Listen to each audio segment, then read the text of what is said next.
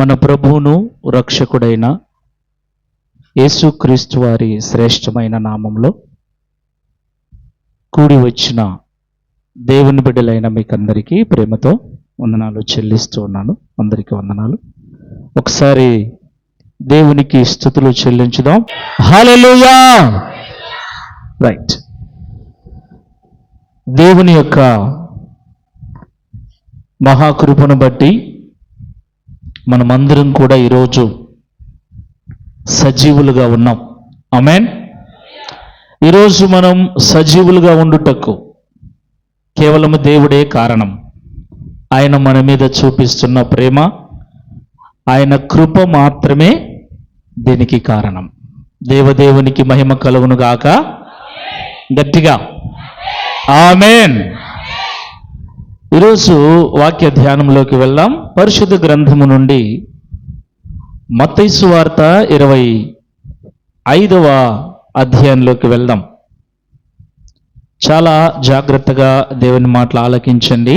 ఈరోజు దేవుడు మనకి ఏం చెప్తున్నాడు ఒకసారి మత్తయి సువార్త 25వ అధ్యాయం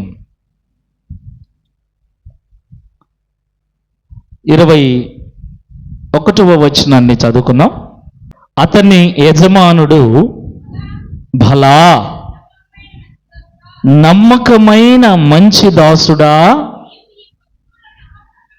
నీవు ఈ కొంచెములో నమ్మకముగా ఉంటివి,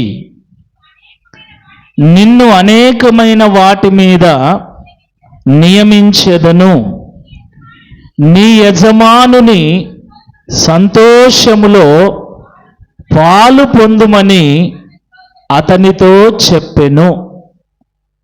అదే మాట 23వ వచనం. అతని యజమానుడు, భలా నమ్మకమైన మంచి దాసుడా, నీవు ఈ కొంచెములో నమ్మకముగా ఉంటివి, నిన్ను అనేకమైన వాటి మీద నియమించెదను, నీ యజమానుని సంతోషములో పాలు పొందుమని అతనితో చెప్పెను. దేవుడు చాలా ప్రాముఖ్యమైన విషయాలు మనకు తెలియపరుస్తున్నాడు. ఏంటి ఆ విషయము అంటే, ఒక యజమానుడు ఉన్నాడు. ఆ యజమానుడు తన దగ్గరున్న 3 పని వాళ్ళను పిలిచాడు. 3 పని వాళ్ళని పిలిచి ఒకనికి 5 తలాంతులు ఇచ్చాడు, ఒకనికి 3 ఇచ్చాడు, ఒకనికి 1 ఇచ్చాడు. వారికి తలాంతులు ఇచ్చి ఆ యజమానుడు అంటున్నాడు, ఇదిగో నేను పని మీద దూరదేశం వెళ్తూ ఉన్నాను, రావటానికి కొన్ని నెలలు పట్టొచ్చు, లేదా కొన్ని సంవత్సరాలు పట్టొచ్చు. కాబట్టి నేను మీకు ఇస్తున్నటువంటి ఈ తలాంతులను జాగ్రత్తగా వాడుకోండి అని చెప్పి వెళుతన్నాడు, నేను మరలా వచ్చి మిమ్మల్ని లెక్క అడుగుతాను. ఆ మాటలు మనకు 14వ వచనంలో కనబడతాయి. చూడండి. పరలోక రాజ్యము ఒక మనుష్యుడు దేశాంతరమునకు ప్రయాణమై తన దాసులను పిలిచి తన ఆస్తిని వారికి అప్పగించినట్లుండును. అతడు ఒకనికి 5 తలాంతులు, ఒకనికి 2 తలాంతులు, ఒకనికి 1, ఎవని సామర్థ్యము చొప్పున వానికిచ్చి వెంటనే దేశాంతరము పోయెను. నా ప్రియమైన దేవుని బిడ్డలారా, యజమానుడు పని వాళ్ళకి తన ఆస్తిని అప్పగించాడు. ఆస్తిని అప్పగించి ఆయన వెళ్ళిపోయాడు. ఒక వ్యక్తికి మన ఇంటి బీగాలు ఇస్తున్నాము అంటే దాని అర్థం ఏంటి? ఆ వ్యక్తి మీద నమ్మకం. బాగా వినండి. ఇంటి బీగాలు అతనికి ఇస్తున్నాము, ఆస్తిని అతనికి అప్పగిస్తున్నాము, ఒక విషయాన్ని అతనికి చెబుతున్నాము ఒక పని అతనికి అప్పగిస్తూ ఉన్నాము అంటే అర్థం అతని మీద నమ్మకం లేకుండా ఎవరికి ఏ పని చెప్పరు, అప్పగించరు. నమ్మకం ఉన్న వారికి అప్పగిస్తాడు. నమ్మకం ఉంది కనుకనే యజమానుడు తన ఆస్తిని అప్పగించి వెళ్ళిపోయాడు. జాగ్రత్తగా వినండి. నమ్మకం అనేది చాలా విలువైనది, ప్రాముఖ్యమైనది. ఏ బంధమైనా సరే, కుటుంబ బంధమైనా, ప్రేమైనా, ఉద్యోగమైనా, వ్యాపారమైనా, ప్రతి దానికి పునాది నమ్మకమే. నమ్మకం అనే పునాది ఎంత స్ట్రాంగ్గా ఉంటుందో ఆ పని, ఆ సంసారం, ఆ వ్యాపారం అంత వృద్ధిలోకి వస్తుంది. కాబట్టి నమ్మకం అనేది చాలా ప్రాముఖ్యమైంది. ఈ నమ్మకం మూడు రకాలుగా ఉంటుంది. ఒకటి, మనల్ని మనం నమ్మటం. రెండోది, మనం ఇంకొకరిని నమ్మటం. మూడోది, మనల్ని ఇంకొకరు నమ్మటం. జాగ్రత్తగా వినండి. నమ్మకం అనేది లేకుంటే ఏ బంధము కూడా నిలబడదు. నమ్మకము లేని చోట అనుమానము తప్ప మరొకటి ఉండదు. అనుమానం ఉన్న చోట నరకం ఉంటుంది. నమ్మకము లేని బంధం, ఒక్క మాట చెప్పనా, 30-40 సంవత్సరాల బంధాన్ని కూడా 30-40 సంవత్సరాల బంధాన్ని కూడా ఒక్క క్షణంలో తెంచుకోవచ్చు. నమ్మకం కోల్పోయినప్పుడు, నమ్మకత్వాన్ని కోల్పోయినప్పుడు 50 ఏళ్ల బంధమైనా సరే తెగిపోతుంది. లాయల్టీ అన్నది చాలా ప్రాముఖ్యమైంది. ఏ పరిస్థితుల్లోనైనా, ఎవరి మధ్యనైనా, భార్య భర్తలే కావచ్చు, ఫ్రెండ్సే కావచ్చు, ప్రేమించుకునే వాళ్ళే కావచ్చు, తల్లిదండ్రులే కావచ్చు, సంఘములో తోటి విశ్వాసులే కావచ్చు, సేవకునితో కావచ్చు, ఈ సమాజంలోనైనా, ఇంటిలోనైనా, సంఘములోనైనా, ఎక్కడైనా సరే నమ్మకం అనేది లేకపోతే ఆ బంధం అనేది నిలువదు. అందుకు నమ్మకాన్ని కాపాడుకోవటము చాలా ప్రాముఖ్యమైంది. ప్రేమ ఎంతున్నా నమ్మకం లేకపోతే వేస్ట్. త్యాగం ఎంత చేసినా నమ్మకము లేకపోతే, నమ్మకము కోల్పోతే వేస్ట్. దేవుడు మనల్ని నమ్మాడు. ఆమేన్, హల్లెలూయా. ఈ యజమానుడు ఈ వ్యక్తులను నమ్మాడు, తన దాసుల్ని నమ్మాడు. అలాగే ఒక కుటుంబంలో మనము ఒకరిని ఒకరు నమ్ముకుంటూ ఉంటాం. తల్లిదండ్రులు పిల్లల్ని నమ్ముతారు, పిల్లలు తల్లిదండ్రులు నమ్ముతారు, భర్త భార్యను నమ్ముతాడు, భార్య భర్తను నమ్ముతుంది. ఎవరైతే తనను నమ్ముతున్నారో, మరి ముఖ్యంగా తనను ప్రేమించే వారి పట్ల వారి నమ్మకాన్ని కాపాడుకోవటం అన్నది చాలా ప్రాముఖ్యమైన విషయం. అయితే చాలామంది లాయల్గా లేరు, నమ్మకత్వం విషయంలో నిజాయితీగా లేరు. ఈ నమ్మకం పోవటానికి ఎంత సమయం? ఒక చిన్న అబద్ధం చాలు, చిన్న మోసం చాలు. నువ్వు 40 ఏళ్ల నుంచి నమ్మకంగా ఉన్నా, 20 ఏళ్ళ నుంచి నమ్మకంగా ఉన్నా, 60 ఏళ్ళ నుంచి నమ్మకంగా ఉన్న ఒక చిన్న అబద్ధం, ఒక చిన్న మోసం ఏం చేస్తుంది? విడగొడుతుంది. నమ్మకం పోవటానికి పెద్ద పెద్ద తప్పులు చేయాల్సిన పని లేదు. అసలు నమ్మకం బేస్ అయింది దేని మీద తెలుసా? మన మాట, మన నిజాయితీ. అర్థమవుతుందా? మన మాట మీద, మన నిజాయితీ మీద, మన ప్రవర్తన మీద నమ్మకము బేస్ అయి ఉంటుంది. ఈ మూడింటిలో ఏది అబద్ధమైన, మాట అబద్ధమైన, ప్రవర్తన అబద్ధమైన, నిజాయితీ అబద్ధమైన, నమ్మకం నిలవదు. వన్స్ ఒకసారి నమ్మకం పోయిందంటే, మళ్ళీ చెప్తున్నా, నమ్మకము కలిగించటం చాలా కష్టం. నమ్మకం పోగొట్టుకోవటం చిటికేసినంత పని. అర్థమవుతుందా? ఒక మనిషిని మనం నమ్మించాలి అంటే చాలా కష్టం. ఒక 10 ఏళ్ళు పడుతుందేమో, ఒక 20 ఏళ్ళు పడుతుందేమో, ఒక 30 ఏళ్ళు పట్టొచ్చు. ఎన్నో త్యాగాలు చేయాలి, ఎంతో ప్రేమ చూపించాలి.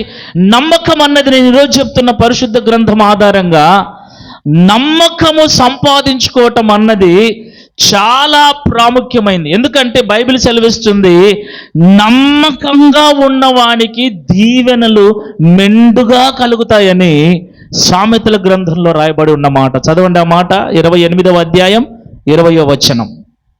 నమ్మకమైన వానికి దీవెనలు మెండుగా కలుగును.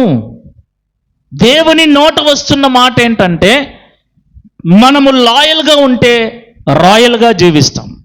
ప్రైజ్ లార్డ్, హల్లెలూయా, హల్లెలూయా. నమ్మకత్వాన్ని కాపాడుకునేవాడు నమ్మకంగా తనను నమ్మిన వారి పట్ల, తనను ప్రేమిస్తున్న వారి పట్ల, తనను ఇష్టపడుతున్న వారి పట్ల, తన క్షేమాన్ని కోరి, తన బాగు కోరి, తను బాగుండాలని అన్ని రకాలుగా తోడు నిలబడే వారి పట్ల నమ్మకంగా జీవించేవాడు రాయల్గా జీవిస్తాడు, హుందాగా జీవిస్తాడు. నమ్మక ద్రోహం చేసేవాడు నమ్మకత్వాన్ని పోగొట్టుకున్నాడు. ఒక్కసారిలే, 2 సార్లులే. ఏమండి, మా ఆయనకి ఎప్పుడు అనుమానమేనండి నా మీద, నా భార్యకు ఎప్పుడు అనుమానమేనండి. అసలు అనుమానము ఎలా కలిగిందండి? పెళ్లి చేసుకునేటప్పుడు నీ మీద అనుమానం ఉందా? ఉంటుందా? పెళ్లి చేసుకునే రోజు ఒకరి మీద ఒకరికి నమ్మకం ఉంటుందా, అనుమానం ఉంటుందా? ఏమండి, నమ్మకంతోనే చేయి పట్టుకొని ప్రమాణం చేశాం కదా.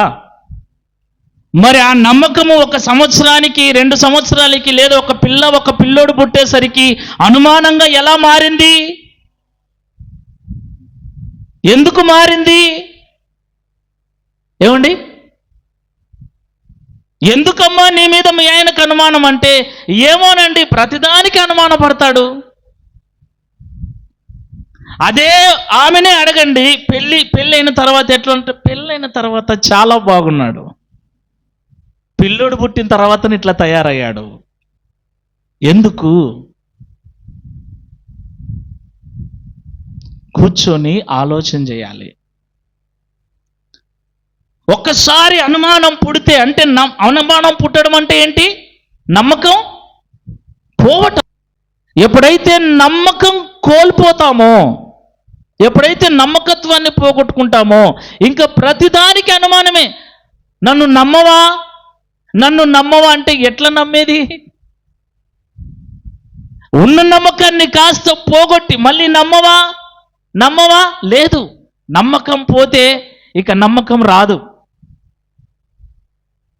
ఎందుకంటే అంత సులభంగా ఒక వ్యక్తిని మనం నమ్ముతామా? నమ్మం. ఆ వ్యక్తిని నమ్మటానికి, ఈ స్టేజికి రావటానికి, ఇంతగా ఆ వ్యక్తి గురించి ప్రయాసపడటానికి, ఇంతగా ఆ వ్యక్తి గురించి ప్రాకులాడటానికి కొన్ని ఏండ్లు పట్టింది. నిద్రలేని రాత్రులు, అతని గురించి, ఆమె గురించి, దాని గురించి ఆలోచన. ఊరికే నమ్మకం కలగదు. అలా కలిగిన నమ్మకాన్ని కాపాడుకోవటం నీ బాధ్యత, మన బాధ్యత. ఊరికేనే భర్త అనుమాన పడడు, ఊరికేనే భార్య అనుమాన పడదు, ఊరికేనే ఎవరు ఈ లోకంలో ఎవరి మీద అనుమాన పడరు. ఒకవేళ అనుమాన పడటానికి కారణము నువ్వేమో, ఆ విషయాన్ని, అందుకే పంచాయతీలు జరిగేది. ఏమండి, పంచాయతీలు ఎందుకు జరుగుతాయి? పంచాయతీలు జరుగుతాయా? పంచాయతీలలో మేజర్ ప్రాబ్లం ఏంటి? మేజర్ సమస్య ఏంటి? అనుమానం. భార్యాభర్తలకు గొడవ వచ్చిందంటేనే ఇంకా వేరే కారణం అనుమానం. 100% ఒక 10% నా మాట వినదు, నాకు టయానికి అన్నం పెట్టదు, ఇదంతా ఒక 10%. 90% అనుమానమే. అందుకే నమ్మకాన్ని పోగొట్టుకోకూడదు. నమ్మకము పోగొట్టుకునే పని ఈ యజమానుడు ఇచ్చి వెళ్ళిపోయాడు. చాలా మంది ఎదురుగ్గా బాలే లాయల్గా ఉంటారు. ఎదురుగ్గా ఉంటే, భర్త ఎదురుగ్గా ఉంటే, భార్య ఎదురుగ్గా ఉంటే, తల్లిదండ్రులు ఎదురుగ్గా ఉంటే, పిల్లలు ఎదురుగ్గా ఉంటే, సేవకుడు ఎదురుగ్గా ఉంటే, విశ్వాసులు ఎదురుగ్గా ఉన్నప్పుడు చాలా లాయల్గా ఉంటారు. చాలా నమ్మకత్వానికి ప్యాంటు షర్ట్ వేసినట్టు ఉంటారు. వీళ్ళట్లా వీపిస్తానే, వీళ్ళట్లా కనబడకుండా వెళ్తానే, ఇంకా ఊరికి పోతున్నామంటే, భార్య ఊరికి పోతుందంటే, భార్య ఊరు వెళ్ళినప్పుడు, భర్త లేనప్పుడు, తల్లిదండ్రులు లేనప్పుడు, సేవకుడు లేనప్పుడు, నీ యజమానుడు లేనప్పుడు నువ్వు లాయల్గా ఉంటే అది నిజమైన నమ్మకత్వం. ఎందుకు వెళుతుంది భార్య, ఎందుకు వెళుతాడు భర్త, ఎందుకు వెళుతాడు యజమానుడు అంటే నీ మీద నమ్మకంతో. చూడండి, భర్త మీద నమ్మకం లేని భార్య, భార్య మీద నమ్మకం లేని భర్త ఒక్క క్షణం కూడా ఇడిచిపెట్టి ఉండడు. అవునా కదా? నమ్మకం లేదంటే ఏంటి? మన నమ్మకం లేదనకుండా మనం ఏమంటామంటే అనుమానం అంటాం. మీకు ఇట్లా చెప్తే అర్థమవుతుంది. వాక్యం ఏం చెప్తుందంటే, భర్త మీద భార్య మీద నమ్మకం లేనివాడు, తన పని వాళ్ళ మీద నమ్మకం లేని దాసుడు. ఈయన ఏందమ్మా ఎప్పుడు ఉంటాడు కదా, కోతలు కోసేటప్పుడు, నాట్లు వేసేటప్పుడు, పని చేసేటప్పుడు శేని వాళ్ళు మనకన్నే ఉన్నారనుకో, కూలికి పోయినప్పుడు ముఖ్యంగా, గుత్తకు పోతే ఏ ప్రాబ్లం ఉండదు. అదే కూలికి పోయినామనుకో, కూలికి పోయినప్పుడు వాళ్ళు కూడా, నువ్వు మిరపండు కొయ్యనీకి పోయినా వాళ్ళు వెనకమ్మడే ఉంటారు. అమ్మా కాయలు రాలిపోతున్నాయి చూడు, ఏరుకో, ఆ కాయలు వదిలేసినావు చూడు. వీళ్ళు అలా చెప్తుంటే మనకెట్టుంటుంది?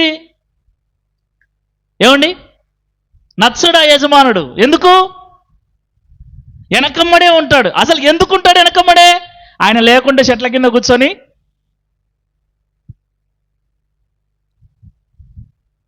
అందుకే చాలా మంది కూలికి ఇవ్వరు, గుత్తలకి ఇచ్చారు. ఎందుకంటే గుత్త పని అనుకో, యజమానుడు ఉన్నా లేకపోయినా మనం చేసేసుకుంటాం కాబట్టి గుత్తలకి ఇవ్వటం ప్రారంభించారు. మిరప పండు కొయ్యడమైనా గుత్తకే ఇస్తున్నారు. వెళ్ళిపోతారు, ఇంకా మీ ఇష్టం, మీరు ఏమన్నా కోసుకోరని. నమ్మకం లేనోడు మనల్ని విడిచిపెట్టడు. మన మాటలో చెప్పాలంటే అనుమానం ఉన్నోడు మనల్ని విడిచిపెట్టడు. ఎప్పుడు ఎంత నమ్మకాన్ని సంపాదించుకోవాలి? ఎక్కడున్నా నా బిడ్డ, ఎక్కడున్నా నా కొడుకు, ఎక్కడున్నా, నేనున్నా లేకపోయినా నా భార్య, నేనున్నా లేకపోయినా నా భర్త.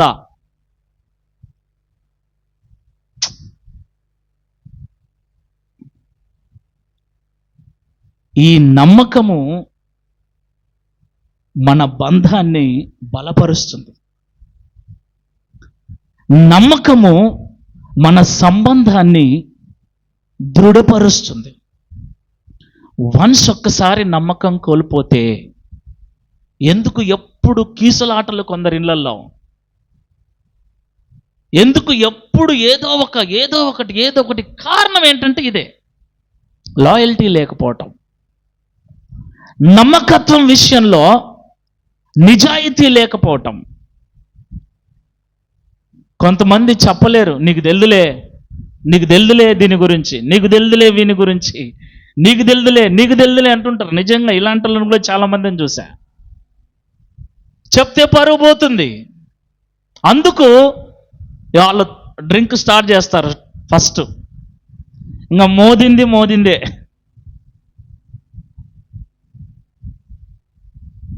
అందుకే ఈ నమ్మకం అనేది కాపాడుకోవటం చాలా ప్రాముఖ్యం. నమ్మకం పోయింది అంటే అది ఏ బంధమైనా సరే తెగిపోతుంది, నిలబడదు. నమ్మకంగా ఉన్నవానికి దీవెనలు మెండుగా కలుగుతాయి అని దేవుడు చెప్తున్నాడు. రెండవది, నమ్మకస్తుల పట్ల యజమానునికి సంతోషం ఉంటుంది.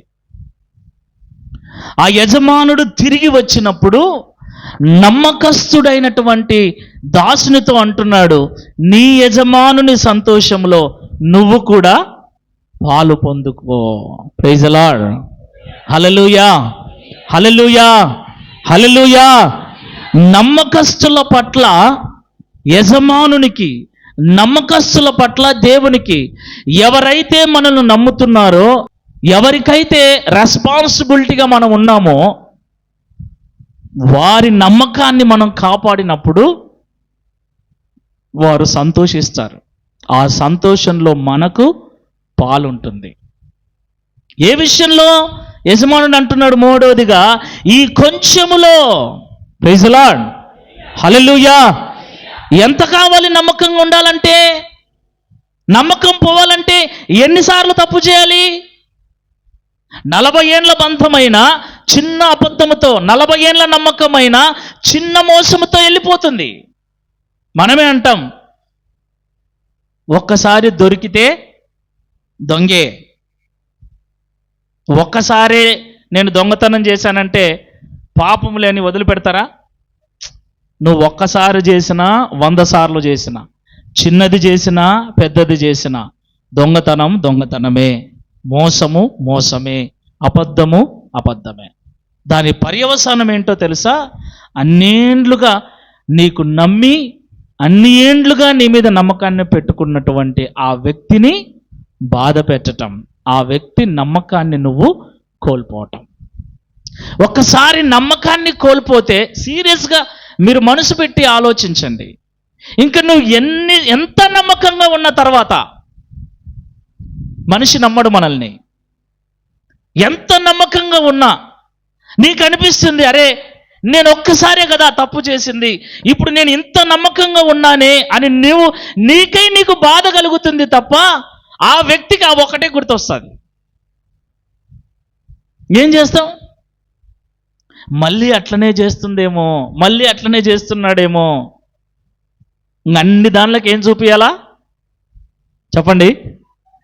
ఆధారాలు చూపియాలి. అన్ని దానిలకు ఆధారాలు చూపియాలి. అయినా కూడా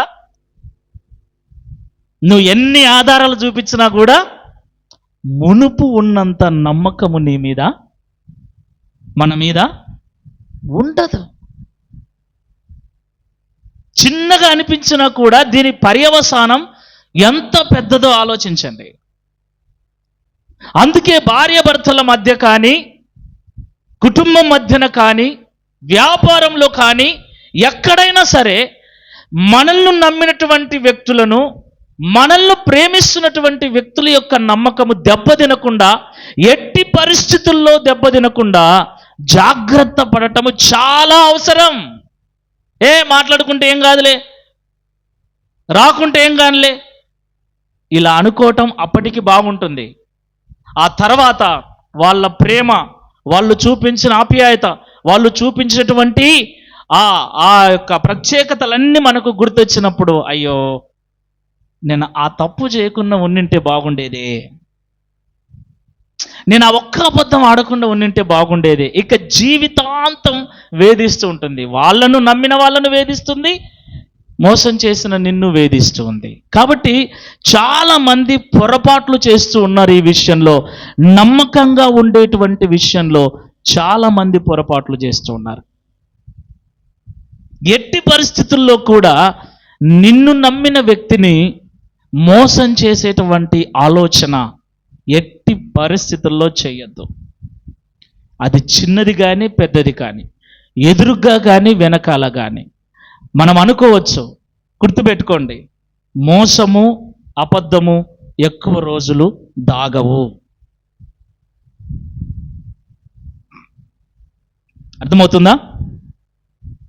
మోసాన్ని అబద్ధాన్ని ఎక్కువ రోజులు నువ్వు ఎంత కుయుక్తిగా ప్రయత్నించినా, ఎంత పకడ్బందీగా చేసినా, ఎంత జాగ్రత్తగా చేసినా కూడా మోసాన్ని అబద్ధాన్ని ఎప్పటికీ ఎక్కువ రోజులు దాచలేము.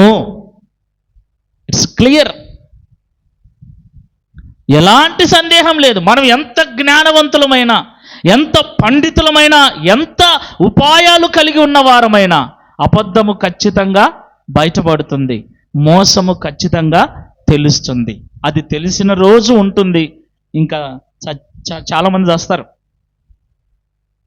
చాలామంది చచ్చేది అందుకే, అయ్యో బయటపడింది ఇంకా అయిపోయింది. అందుకే దేవుడు ఏం చెప్తున్నాడంటే, పరిశుద్ధాత్మ దేవుడు, నీ బంధము నిలవాలి అంటే, ఆ బంధము దృఢంగా ఉండాలి అంటే, ఒకరి మీద ఒకరికి ఉన్నటువంటి ఆ నమ్మకం విషయంలో నిజాయితీగా ఉండండి. ఎట్టి పరిస్థితుల్లో కూడా మా వాడికి చెప్తుంటా నేను, రే పెళ్లి కావాల్సిన వాడివి, రేపు నీ జీవితంలోకి వచ్చే అమ్మాయి విషయంలో నువ్వు ఇలా ఉండాలి. తమాషా కాదు జీవితం అంటే. అమ్మాయిని ఎంత ప్రేమిస్తే, ఎంత బాగా చూసుకుంటే, ఆ అమ్మాయికి ఎంత నమ్మకంగా మనం ఉంటే కుటుంబం అంత బాగుంటుంది. ఏమాత్రం మిస్టేక్ జరిగింది అంటే ఎవరి సంసారాన్ని ఎవ్వరు బాగు చేయలేరు, ఎవరు బాగు చేయలేరు. ఎవరి సంసారాన్ని వాడే బాగు చేసుకోవాలి. మహా అయితే నేను 4 ఏట్లు వాడిని కొట్టగలను, అంతేనా? 4 ఏట్లు వాడిని కొట్టగలను, 10 ఏట్లు కొట్టగలను, అంతకుమించి నేనేం చేయలేను. నేను మీ చిన్నమ్మ ఎలా ఉన్నామో చూసుకో. లాయల్గా ఉండాలి నీకొచ్చే భార్య విషయంలో. నువ్వెంత లాయల్గా ఉంటావో నీకొచ్చే భార్య అంత లాయల్గా ఉంటుంది. ఏం కాదులే, ఎవరికి తెలుస్తుందిలే, రోడ్డమ్మడి వచ్చేటప్పుడు ఫోన్ మాట్లాడుకొని ఇంటికి వచ్చేసరికి ఆఫ్ చేసుకొని, స్విచ్ ఆఫ్ చేసుకొని, నంబర్లు మార్చుకొని ఎక్కువ రోజులు దాచలేము. ఇవన్నీ చెప్తుంటా వానికి అప్పుడప్పుడు, ఎందుకంటే అందరి గమ్ము నుండి వాని బాధ్యత నా మీద వేశారు. నువ్వేది చెప్తే అదే అంటున్నారు అందరూ. ఆమెన్. వాడు కూడా అంటాడు, ఏరంటే నువ్వేది చెప్తే అది బాబాయ్ అంటాడు. రేపొద్దున భార్య వచ్చిన తర్వాత నువ్వే చేసినావు అంటాడు ఎట్టట్టు అని భయం మాకు. దేవునికి మహిమ కలుగును గాక. ఆమెన్. హల్లెలూయా. నా ఊపిరి ఉన్నంత వరకు నేను చెప్పాను, వాళ్ళ అమ్మకు చెప్పాను, వాళ్ళ నాన్నకు చెప్పాను, వాడికి చెప్పాను, నువ్వు మా కొడుకువే అయినా మన ఇంటికి ఏ అమ్మాయి వచ్చినా ఆ అమ్మాయి పక్షాననే రా మేము అని చెప్పిన. ఆడపిల్ల ఇంట్లో కన్నీళ్లు పెట్టకుంటే ఆ ఇల్లు ప్రశాంతంగా ఉంటుంది. వెండి బంగారాలు అడగదురా భార్య. మీ చిన్నమ్మ మా పెళ్లి కాకముందే డబ్బులో పెరిగిన పిల్ల, ఉద్యోగం చేసే పిల్ల. నన్ను చేసుకొని వచ్చిన తర్వాత ఈ 13-14 సంవత్సరాలు నాకు ఇది కావాలండి అని ఏ రోజు అడగలేదు. నేను పుట్టింటికి వెళ్తానండి అని ఏ రోజు అడగలేదు. మన ప్రేమ వాళ్ళ పుట్టింటిని మరిపించేదిగా ఉండాలి అని చెప్తుంటా వాడికి. వాడు ఏం మనసులో పెట్టుకుంటున్నాడో, ఏం వదిలేస్తున్నాడో వానికి దేవునికి ఎరక. జీవిత పాఠాలు చాలా విలువైనవి. ఒక్కసారి నమ్మకాన్ని కోల్పోతే, మనల్ని నమ్మిన వ్యక్తిని ఒక్కసారి మోసం చేస్తే, మనల్ని ప్రేమించే వ్యక్తిని ఒక్కసారి మనం మోసం చేస్తే, ఇక తిరిగి అంతే నమ్మకాన్ని మనము కాపాడుకోవటం, మరలా అంతే నమ్మకాన్ని పుట్టించటం మళ్ళా జన్మెత్తిన కానీ కాదు. అవుతుందన్నా? అవుతుందా? ఫస్ట్ ఉన్న నమ్మకం, ఫస్ట్ ఉన్న ప్రేమ, ఫస్ట్ ఉన్నటువంటి ఆ నిజాయితీ పోతే రాదు. ఇంకా పోగొట్టుకోకుండానే ఉండాలి. నువ్వు తర్వాత ఇంకా ఉండేదంతా ఎంత ప్రేమ కలిగినా, నువ్వు ఎంత ప్రేమ చూపించినా యాన్నో ఒక మూలన అది ఉంటుంది వాడికి. ఆమెకు అది ఉంటుంది. నువ్వు అనొచ్చు ఏంటబ్బా అని. ఎస్, దేవుని వాక్యం అందుకే పదే పదే పదే పదే మనకి ఎందుకు చెప్తుంది? బైబిల్ గ్రంథంలో దేవుడు ఎందుకు చెప్తున్నాడు, ఎందుకు రాయించి ఉంచాడు? చాలాసార్లు చెప్పాను. దేవుని మాటలు వింటే, దేవుని మాటల ప్రకారంగా మనం జీవిస్తే ప్రశాంతంగా ఉంటుంది జీవితం. లేకుంటే మందిరానికి వచ్చినా కూడా, మందిరంలో కూర్చున్నా కూడా నెమ్మది ఉండదు. లాయల్టీ చాలా ప్రాముఖ్యమైంది. ఇది మీ హృదయం అనే పలక మీద రాసుకోండి. లాయల్గా ఉన్నవాడు రాయల్గా జీవిస్తాడు. రాసుకోండి ఇక్కడ. నువ్వు రాయల్గా, హుందాగా, టీవీగా, రాజసంతో ఏమి లేకపోయినా పర్లేదు. Praise the Lord. ఏం ఆస్తులు లేకపోయినా పర్లేదు, ఐశ్వర్యం లేకపోయినా పర్లేదు, ఏమి లేకపోయినా పర్లేదు. నిజాయితీగా ఉన్నవాడు, నమ్మకంగా జీవించేవాడు హుందాగా జీవిస్తాడు. ఎవ్వనికి భయపడడు. మోసం చేసేవాడు ప్రతి ఒక్కరికి భయపడుతూనే ఉంటాడు. నమ్మకత్వాన్ని కోల్పోయిన వాడు, చిన్న పిల్లల దగ్గర నా పిల్లలు ఫోన్ చేస్తారు, లేదా నేను ఆళ్ళగడ్డకి వెళ్తున్నానంటే మా పిల్లలు నా దగ్గరకు వస్తారు. నాకు తెలుసు, వాళ్ళకి తెలుసు, మా నాన్న నోటి నుంచి మాట జారింది అంటే ఖచ్చితంగా జరుగుతుందని. వాళ్ళిద్దరి ప్రయత్నం ఏంటో తెలుసా? నా నోట మాట రప్పించుకోవాలని ప్రయత్నం. చిన్న విషయమే కానీ, నాన్న ఆళ్ళగడ్డకి వెళ్తున్నావు కదా అని వచ్చింటారు నా అక్కడికి ఇద్దరు. ఆళ్ళగడ్డకి వెళ్తున్నావు కదా, ఆళ్ళగడ్డకి వెళ్తున్నావు కదా. అవును నాన్న, ఒక మాట చెప్తా ఏమన్నావు కదా. ఇద్దరు ఈ విషయంలో ఇద్దరు కలుస్తారు. ఒక మాట చెప్తా ఏమన్నావు కదా. ఏమనలే చెప్పు. తెస్తావు కదా. నేను తెస్తా అనాలా. ఓకే అంటే ఓకే, లేదు అంటే లేదు. బాగా తెలుసు వాళ్ళకి. అందుకు సామాన్యంగా నేను మాట ఇయ్యను. ఇచ్చినాను అంటే ఒక్కోసారి ఇస్తా, వాళ్ళమ్మకి ఇష్టం ఉండదు. వాళ్ళమ్మకి ఇష్టం లేకపోయినా మాట ఇచ్చిన కాబట్టి తీసుకొస్తా. అది ఏదైనా సరే, చిన్నదైనా పెద్దదైనా. వాళ్ళకు ఒక నమ్మకం ఏర్పడింది. మా నాన్న తెస్తాడంటే తెస్తాడు, తేడంటే తేడు. అదొక నమ్మకం ఏర్పడి ఆ మాట. ఎందుకు ఈ చిన్న పిల్లల దగ్గర ఎందుకు అంత లాయల్గా ఉండాలి నేను? వాళ్ళ నమ్మకం నాకేం అవసరం? తల్లిదండ్రుల మీద నమ్మకం పిల్లలకు చాలా అవసరం, చాలా అవసరం. అలా నమ్మకం పెట్టుకున్న పిల్లలని ఆ నమ్మకం పోయే విధంగా ప్రవర్తించటం కూడా చాలా తప్పు. అది చిన్న వయసు నుండి నేను వాళ్ళ దగ్గర ఆ నమ్మకాన్ని సంపాదించుకుంటున్నా. ఇంకో విషయం, వాళ్ళు కొన్నిసార్లు అనవసరమైనవి కూడా అడుగుతారు, కొన్నిసార్లు వాళ్ళకు తెలియనివి అడుగుతారు. ఎట్టి పరిస్థితుల్లో కూడా వాటిని నేను అంగీకరించాను. ఇక మూడో విషయం, ఫస్ట్ వాళ్ళమ్మ దగ్గరికి వెళ్తారు. వాళ్ళమ్మ నేను చెప్తే ఓకే అంటది. ఆ విషయం తెలుసుకున్న వాళ్ళు నా దగ్గరకు వచ్చారు. ఇంకా వాళ్ళమ్మ కాడికి ఎవరు? అమ్మని ఇవ్వమను నాన్న, అమ్మని ఇవ్వమను నాన్న, అమ్మని ఇవ్వమను నాన్న. నేను ఇవ్వు అంటే వాళ్ళమ్మ ఇస్తుంది. నేనంట ఏంటి దాని గురించి వివరంగా కనుక్కొని ఒకటే చెప్తా, మీ అమ్మ ఇస్తే తీసుకోండి, లేకపోతే లేదు. అలాంటి సందర్భాలలో అలిగారు నా మీద. నానా, మీరు అలిగినా అది మీ అమ్మకు సంబంధించింది. మీ అమ్మ ఇస్తే తీసుకోండి, లేకపోతే నేను చెప్తా ఇవ్వు అని. తను ఇస్తుంది, కానీ ఆల్రెడీ తను మీకు వద్దు అనింది కదా. మీ అమ్మ వద్దనింది కాబట్టి నా దగ్గరకు వచ్చి మీరు అడుగుతున్నారు. ఇప్పుడు మీ అమ్మ వద్దనింది, నేను అంటే అప్పుడు మీరు ఇప్పించుకుంటారా? మా ఇద్దరికి గొడవ పడుతుంది అని చెప్పిన. ఇలా చెప్తుంటా నేను. మీ ఇద్దరు కలిసి మా ఇద్దరికి గొడవ పెడతారా? మీ అమ్మతో నన్ను అర్పిస్తారా? అరుస్తుందా అరసదా భార్య? అరుస్తుందండి. అరిస్తేనే మంచిది, మనం దారిలో ఉంటాం. ఆమేన్. అప్పుడప్పుడు వాళ్ళు కూడా అరసాలా? ఏమవి వద్దా?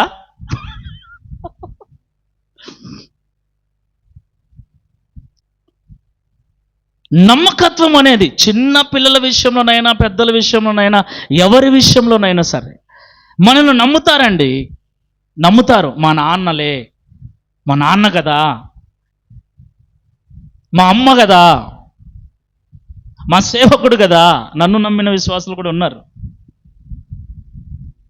నన్ను నమ్మిన వాళ్ళని 100% నేను నష్టపోయినా సరే, ఈ 13 ఏళ్ళు నా భార్య చూసుంటుంది నా జీవితం అంతా.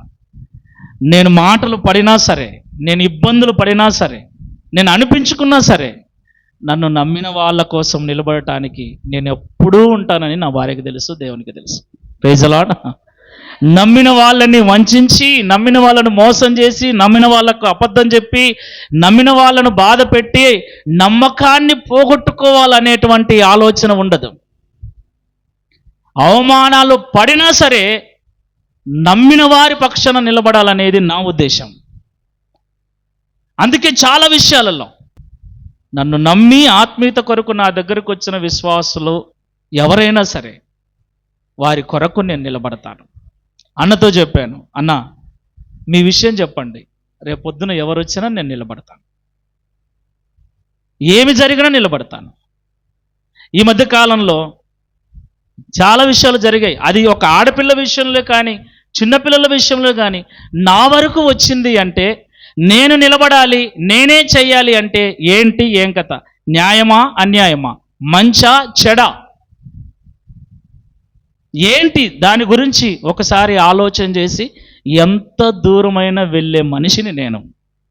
నమ్మకాన్ని కాపాడుకోవటం చాలా ప్రాముఖ్యం అండి. ఏ బంధమైనా సరే. ఈ దాసులు ముగ్గురికి ఇచ్చాడు ఆయన, 2 మాత్రం నమ్మకంగా ఉన్నారు. వారిద్దరి విషయంలో యజమానుడు సంతోషంగా ఉన్నాడు. ప్రైజ్ ది లార్డ్, హల్లెలూయా. నమ్మకంగా ఉన్న వారి విషయంలో యజమానులైనా, తల్లిదండ్రులైనా, పెద్దలైనా, కుటుంబీకులైనా ఎవరైనా సరే నమ్మకంగా ఉన్న వారి విషయంలో సంతోషంగా ఉంటారు. నమ్మకం కోల్పోయిన వారి విషయంలో, మోసం చేసిన వారి విషయంలో ఎట్టి పరిస్థితుల్లో కూడా సంతోషంగా ఉండలేరు, సొంత వాళ్ళైనా సరే. అందుకే నమ్మకం అనేది చాలా ప్రాముఖ్యమైంది.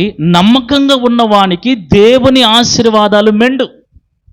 ఇప్పుడు దేవుడు నన్ను నమ్మి మిమ్మల్ని అప్పగించాడు, నాకు అప్పగించాడా లేదా? నన్ను నమ్మాడు కనుకనే మిమ్మల్ని అప్పగించాడు. అక్కడ మందరూరులో ఒక చిన్న గుంపును అప్పగించాడు. ఇప్పుడు నేనేం చేయాలి? మిమ్మల్ని నమ్మకంగా కాయాలి. మీరు ఎట్టి పరిస్థితుల్లో దేవునికి దూరం కాకుండా, దేవునికి వ్యతిరేకమైన కార్యాలు చేయకుండా నేను మిమ్మల్ని జాగ్రత్తగా నడిపించాలి. యవనస్తులు ఉన్నారు, యవనస్తులకు వచ్చే శోధనలు ఏంటో, వారు అపవాదికి ఎలా చోటిస్తారో, లోకము ఎలాగ మోసం చేస్తుందో నేను చెప్తుంటా. ఈ ఆడపిల్లలకు మగపిల్లలకు కూడా చెప్తుంటా. లోకములో అబ్బాయిలు అమ్మాయిల్ని ఎలా మోసం చేస్తారో చెప్తుంటా, వీళ్ళకు కూడా చెప్తుంటా నేను. ఇట్లా ఉండాలి, ఇట్లా ఉండాలి. అమ్మాయిలకైతే నేను 3 విషయాలు చెప్తాను. ఆశ చూపించి మోసం చేస్తారు, పొగిడి మోసం చేస్తారు, భయపెట్టి మోసం చేస్తారు. ఆడపిల్లల్ని, ఆడవాళ్ళని ఉంచుకోవటానికి, మోసం చేయటానికి మగవాళ్ళు, పురుషులు, అది ఆఫీసులోనైనా సరే, వ్యాపారంలోనైనా సరే, డ్యూటీ చేసే చోటైనా సరే, ఎక్కడైనా సరే, ఈ 3 ఆయుధాలు. ఒకటి, ఫస్ట్ పొగుడుతారు. ఆ పొగడ్తలకు పడ్డామా అయిపోయింది. నువ్వు పని అలా చేస్తావు, నువ్వు ఇలా ఉంటావు, నువ్వు ఇంత శుభ్రంగా ఉంటావు, నీ బిహేవియర్ బాగుంది. పొగడ్తలంటే ఏంటి? లేనివన్నీ పూయటం. ఒక వ్యక్తి మనల్ని పొగుడుతుంటే ఎట్లుంటుంది మనకి? ఏమండి, భలే ఉంటుంది కదా, నువ్వు ఇట్లుంటావు. ఎందుకండి మన బతికేందంటే, ఈరోజు వంట భలే ఉంది అన్నాడు అనుకో భర్త, ఆ రోజు నిద్ర పట్టదు ఇంకా మనకు. మీకు భలే భలే వండావు ఈరోజు, అస్సలు ఎక్సలెంట్గానే ఉంది అని ఇటు అన్నాడు అనుకో, భర్త బాగుంది వంట అనే కూడా పొగిడిపోతారు ఆడపిల్లలు, ఆడళ్ళు. అందుకే బలహీనమైన ఘట్టం అన్నాడు దేవుడు. మీరు జాగ్రత్తగా ఉండవలసిన విషయాలు 3 ఉన్నాయి. మీ భర్తకు మీరు లాయల్గా ఉండాలి అంటే, మీ తల్లిదండ్రులకు మీరు లాయల్గా ఉండాలి అంటే, మీ గార్డియన్స్కి మీరు లాయల్గా ఉండాలి అంటే మీరు పని చేసే చోట, మీరు పనికి వెళ్ళే చోట, మీరు ఉన్న చోట పురుషుల విషయంలో ఈ జాగ్రత్తలు తీసుకోండి అని చెప్తుంటాను నేను. పొగడతలకు పడకండి.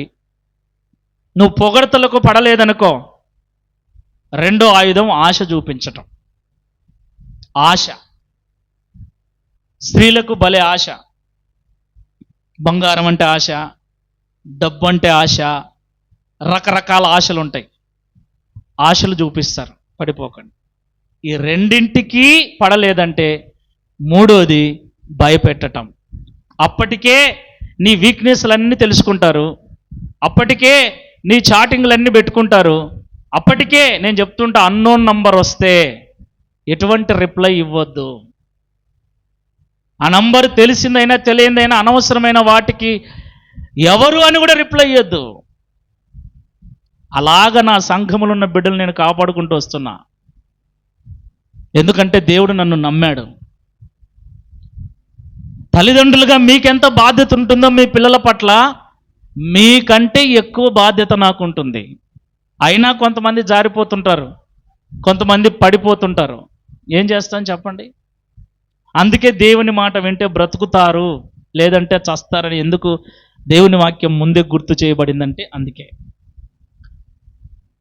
దేవుడు నమ్మి నన్ను అప్పగించినప్పుడు మీలో ప్రతి ఒక్కరిని కూడా, వీళ్ళకి చెప్తుంటాను, నేను ఆదివారమే చెప్పాను, వీడికి చెప్పానా, రే భర్తలుగా రేపొద్దున మీరు పెళ్లి చేసుకోబోతున్నారు. మీరు ఎంత ఆత్మీయంగా ఉంటే, మీరు ఎంత ప్రేమించేవారుగా ఉంటే మీకు వచ్చే అమ్మాయి అంత సుఖంగా ఉంటుంది, అంత క్షేమంగా ఉంటుంది. నేను వీళ్ళకి ఏ వాక్యాలు చెప్పను, ఎప్పుడన్నా చెప్తే ఇలాంటివే చెప్తుంటా. ఎందుకంటే వాక్యాలు అలా బుర్రలకి ఎక్కవు వాళ్ళకి. కానీ జీవిత పాఠాలు అయితే వాళ్ళకు బాగా ఎక్కుతాయి. అందుకు చెప్తూ ఉంటాను. అందరూ అందమే చూస్తారు, అనుకో ఎవరు చూడరు, వారి గుణం ఎవరు చూడరు. ఎందుకంటే గుణము మన ఇంటికి వచ్చేదాకా తెలీదు, మన ఇంటికి వచ్చేదాకా గుణం తెలియదు. కాబట్టి జాగ్రత్తగా ఉండండి. ఒకడు అడుగుతాడు, పెళ్ళైన తర్వాత మార్చుకోవచ్చు కదా అంటాడు. ఎవరిని?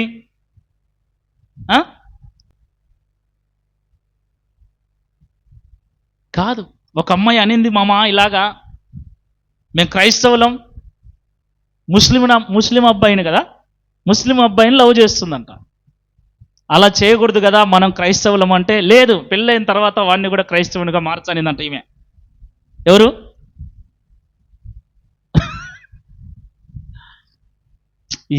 ఎవరిని మారుస్తారండి? ఆల్రెడీ మారిన వాళ్ళని చేసుకోరంటే, లేదు చేసుకొని మార్చుకోవడం అంటూ ఏముండదు. అందుకే విశ్వాసులు వివాహాల విషయంలో చాలా జాగ్రత్తగా ఉండాలి. ఏమాత్రం మిస్ అయితే, మిస్టేక్ జరిగితే జీవితకాలం అంతా, పెళ్ళి అనేది మంచిదైతే జీవితకాలం అంతా హ్యాపీ, మిస్టేక్ జరిగితే జీవితకాలం అంతా నరకమే. కాబట్టి చాలా చాలా జాగ్రత్తగా ఉండాలి తల్లిదండ్రులు, పిల్లలు. ఈ విషయంలోనే చాలామంది నమ్మకాలు కోల్పోతారు, చాలామంది ప్రేమ కోల్పోతారు, చాలా అల్లరి పట్టేది కూడా ఇట్లాంటి విషయాలలోనే. ఈ పెళ్లికాన్ని అల్లర్లల్లా. ఇంకా ఇంట్లో దేవుని నమ్మని వాళ్ళు ఉన్నారంటే ఇంకా ఘోరాతి ఘోరంగా ఉంటుంది పరిస్థితి. ఏది ఏమైనా ఒక విషయం మీరు గుర్తుపెట్టుకోండి, మనల్ని నమ్మిన వారిని ఎప్పుడు మోసం చేయకూడదు. మనల్ని ప్రేమించే వారిని మన క్షేమం కొరకు, మనం బాగుండాలని అహర్నిశలు ప్రయత్నించే వారిని ఎట్టి పరిస్థితుల్లో కూడా, అది చిన్నదే కావచ్చు పెద్దదే కావచ్చు, మోసం చేసే ఆలోచన మాత్రం పెట్టుకోకూడదు. ఏమవుతుంది అలా? జీవితకాలం అంతా ఆ ఎఫెక్ట్ మీద పడుతుంది. జీవితకాలం అంతా బాధను అనుభవించవలసి వస్తుంది. అపరాధ భావం అనేది ఎంత భయంకరంగా ఉంటుందో తెలుసా? ఆ అపరాధ భావము నువ్వు అనుభవిస్తే, ఆ ఆలోచన నీలో ఉంటే నిజంగా అసహ్యం వేస్తుంది మన మీద మనకే. ఇంత బాధ పెట్టానా, అయ్యో నేను ఇంత మోసం చేశానా, ఇది చిన్నదే. ఆ సమయానికి మనకు అది చిన్నదే అనిపిస్తూ ఉంటుంది. ఆ సమయానికి యజమానుడు నమ్మి వెళ్ళాడు, ఇచ్చి వెళ్ళాడు. వీడు అనుకున్నాడు ఆయనకి ఇచ్చే సరిపోతుందిలే అనుకున్నాడు. ఎవరు? మూడోవాడు. ఆయన ఒకటిచ్చాడు, ఆయనకి ఇచ్చే సరిపోతుందిలే అనుకున్నాడు. అది కూడా నేను నిన్ను నమ్మి వెళ్ళాను కదరా, ఎందుకు నిన్ను నమ్మి ఇచ్చాను?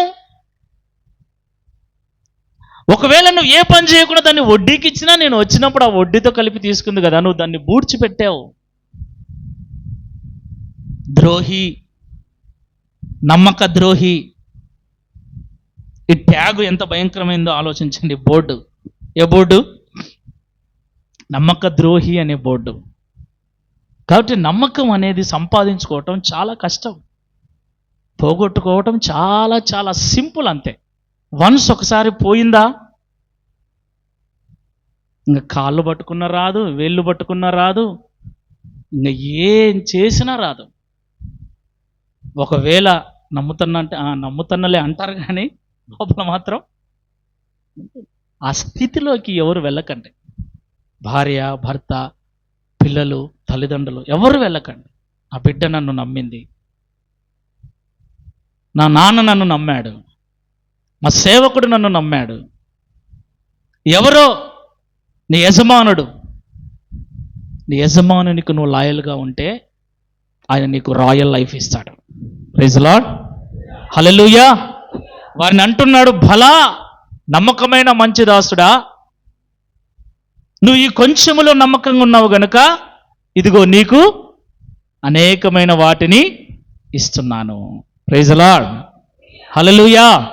కొంచెములో నమ్మకంగా ఉన్నవానికి అధికమైన వాటిని దేవుడు అనుగ్రహించాడు. రెండవది, నీ యజమానుని సంతోషంలో నీవు కూడా పాలిభాగస్తునివి కమ్ము. దేవునికి నమ్మకంగా ఉండాలి, మన పైనున్న వారికి మనం నమ్మకంగా ఉండాలి.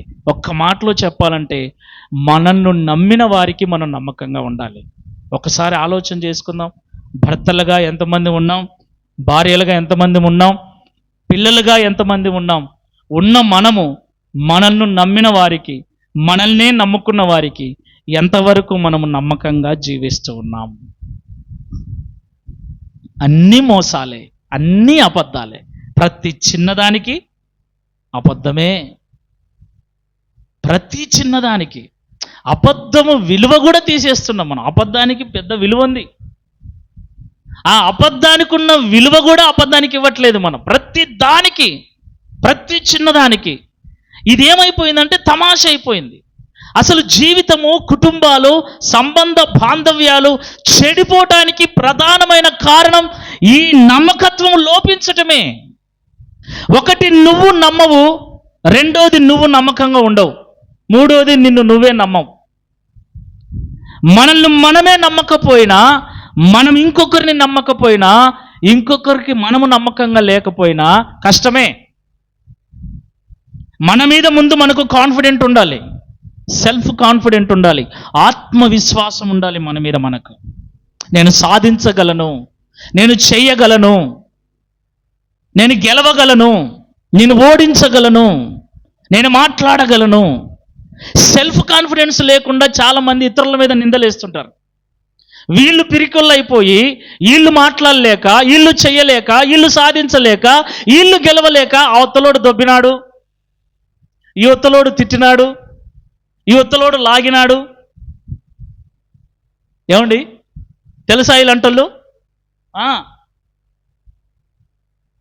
పరిగెత్తేవాడు ముందుకు చూడాలి, పక్కనుడి వైపు చూడాల్సిన అవసరం లేదు. నీ గమ్యం ఏంటి? నువ్వు ఏది సాధించాలనుకున్నావు దాని మీద గురి కలిగి నీ మీద నువ్వు నమ్మకంతో ముందుకు సాగిపోవాలి. డిస్ట్రాక్షన్ చేసేవాళ్ళు చాలామంది ఉంటారు, నిన్ను చెడగొట్టే వాళ్ళు చాలామంది ఉంటారు, బలహీనపరిచే వాళ్ళు చాలామంది ఉంటారు. నీ లైఫ్, నీ గోల్, నీ ఉద్దేశం, నీ జీవితం నువ్వు సాధించాలి. అలా సాధించాలంటే ఫస్ట్ నీ మీద నీకు నమ్మకం ఉండాలి. నీ మీద నీకు నమ్మకం లేకుండా కొంతమంది ఉంటారు, చాతకాని దద్దమ్మలు అనాలి వాళ్ళని. ఏమనాలి? దద్దమ్మలు వాళ్ళు ఏమంటారు, సైలెంట్గా ఉంటారు, చుట్టూన్నోళ్ళే మాట్లాడి అన్ని పంచాయతీలు చేయాలి వాళ్ళకు. వాళ్ళు నోరు తెరిచి ఇష్టం ఉందే చెప్పరు, ఇష్టం లేదు చెప్పరు, కావాలన్నా చెప్పరు, ఇవ్వాలన్నా చెప్పరు, ఏం చెప్పరు, సైలెంట్గా చచ్చి ఉంటారు వాళ్ళు. చుట్టూన్నోళ్ళలో జుట్టు పీకాలంగా. వీళ్ళు దద్దమ్మలు, ఇలాంటి దద్దమ్మలు కూడా సమాజంలో ఉన్నారు. నీకు ఏదన్నా అనిపిస్తే ధైర్యంగా మాట్లాడు, ధైర్యంగా చెప్పు. అది ఒప్పో తప్పో తర్వాత, ముందు నువ్వు ధైర్యంగా మాట్లాడగలిగితే నీ మనసులో ఉన్న మాట ధైర్యంగా నీ తల్లిదండ్రులకు కానీ నీకు ఎవరైతే అది చేసి పెట్టాలో వాళ్ళకు ధైర్యంగా నువ్వు చెప్పగలిగితే, ఆ తర్వాత దాని గురించిన డిస్కషన్ ఎవరు చెప్తానే దబిగ్గిన కొడతారా? ఏమండి? ఎవరు కొట్టరు. వీళ్ళు మాట్లాడలేరు, వీళ్ళ తరపున ఇంకొకరు మాట్లాడాలా, వీళ్ళు చెప్పలేరు, వీళ్ళ తరపున ఇంకొకరు చెప్పాలా. నీ మీద నీకు నమ్మకం లేనప్పుడు ఎందుకు ఇటోళ్ళే? నేను మొదట్లో చెప్పాను చూడు, మావాడు కూడా అట్టటోడే, పర్లేదు చెప్పడానికి ఏం సిగ్గేం లేదు, మావాడు అట్టటోడే. నోట్లో ఏలు పెడితే ఏం చేయాలి బాబాయ్ అంటాడు, నోట్లో ఏలు పెడితే. అన్నీ చేసి పెట్టాలా వాడికి, వాళ్ళమ్మ నాయన చేసి పెట్టాలా, మేము చేసి పెట్టాలా. నా భయం ఏంటంటే అన్నీ మీరే చేసినారని మళ్ళీ ఎప్పుడు యాడంటాడని నా భయం. అటోళ్ళు అట్నే అంటారు, ఒక్కోసారి నమ్మనీకి లేదు. అందుకే నీ క్లారిటీ తీసుకుంటా వాంతో. ఏదైనా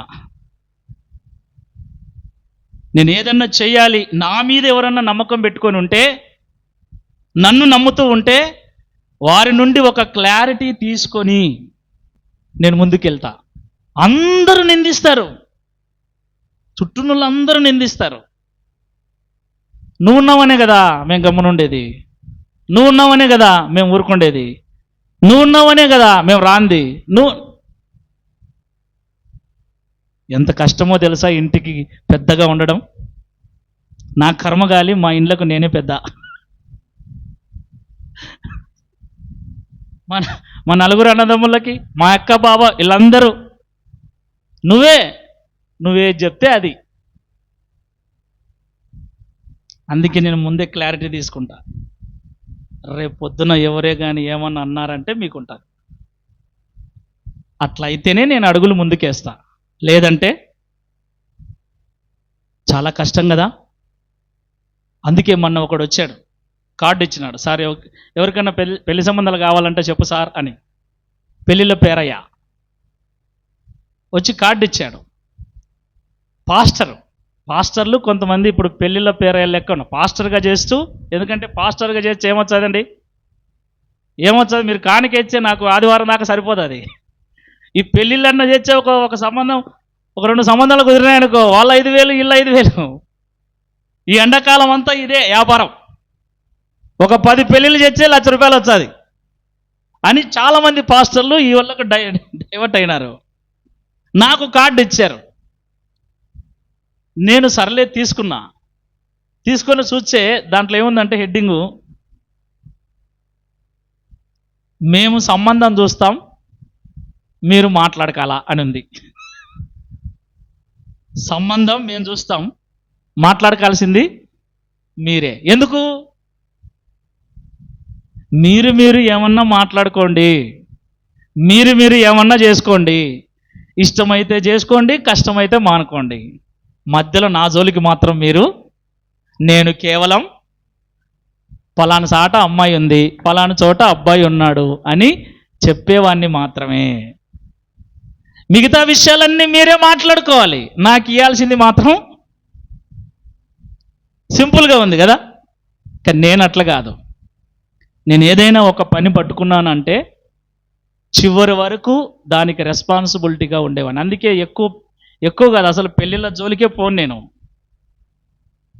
100% పోను. నేను పెళ్లి చేసినా అయిపోయింది అనే రకం కాదు. నేను పెళ్లి చేసిన తర్వాత కూడా రెస్పాన్సిబిలిటీగా ఉండాలి. నమ్మకం, నువ్వున్నావన్న నమ్మకం, మీరున్నారన్న నమ్మకం, నేనున్నాను మేమున్నామన్న నమ్మకం ఉంటే ఇలా ఉండాలి. మీరు మా మీద పెట్టుకున్న నమ్మకాన్ని మేము పోగొట్టుకోం, కానీ మీరు ఇలా ఉండాలి. ఒక దైవ సేవకునిగా నేను ఉంటూ నా కుటుంబంలో నేను ఈ విషయాలన్నిటిని కూడా చర్చిస్తూ నేను మాట్లాడుతూ వస్తూ ఉంటాను. ఏ వాక్యం చెప్పాలి ప్రభువా? ఆదివారం నిజంగా ప్రభువుని అడిగాను, ఏం చెప్పాలి? నా చుట్టూ ఉన్న పరిస్థితులు నేను ఒకసారి ఆలోచించాను.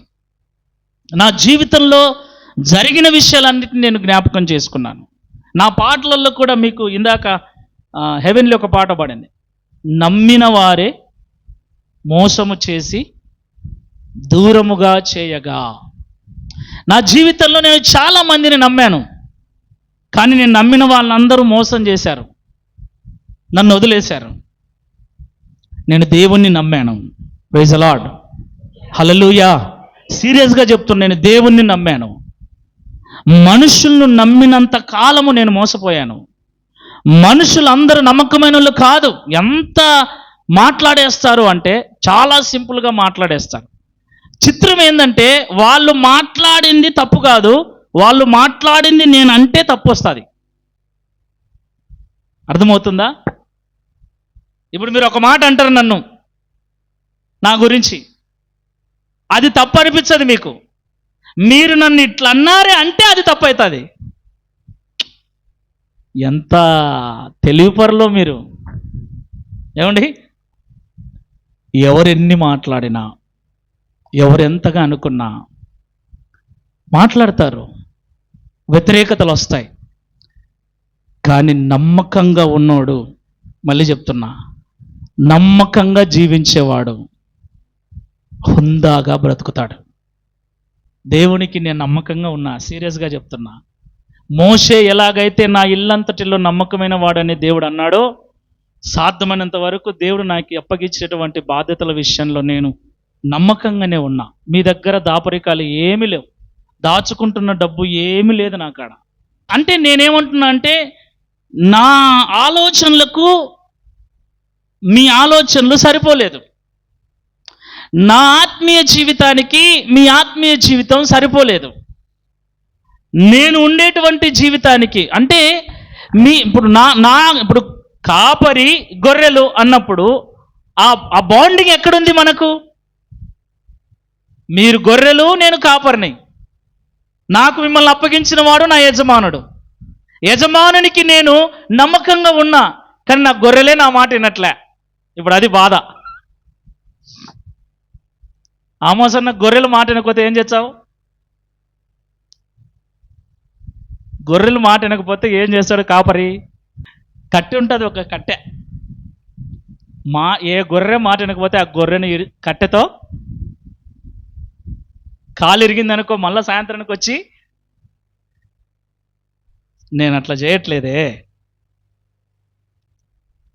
నేను దేవునికి చెప్తా, ప్రభువా గొర్రెలు మాట వినకున్నాయి, కొంచెం చూడు ప్రభువా అని. కాబట్టి ఏదైనా ఒక మాట మాట్లాడే ముందు నిజం తెలిస్తే, అది నిజమైతే మీరు నన్ను ఎంతైనా మాట్లాడవచ్చు అంటున్నానని ఊరికే పడితే మాట్లాడితే ఎట్లా చెప్పండి? ఏమనలే, ఏమనుకోలే. నేను ఏమనుకోను. నాకు మిమ్మల్ని అప్పగించిన వాడు పైన ఉన్నాడు.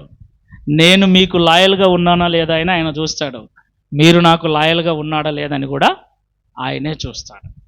కాబట్టి నమ్మకత్వాన్ని పోగొట్టుకోండి. నాకు ఒక్కొక్కరి మీద ఒక్కొక్క నమ్మకం ఉంటుంది, ఒక్కొక్క ఒపీనియన్ ఉంటుంది. పలానన్న ఇట్లా, పలానామె ఇట్లా, పలానామె ఇట్లా, పలానామె ఇట్లా.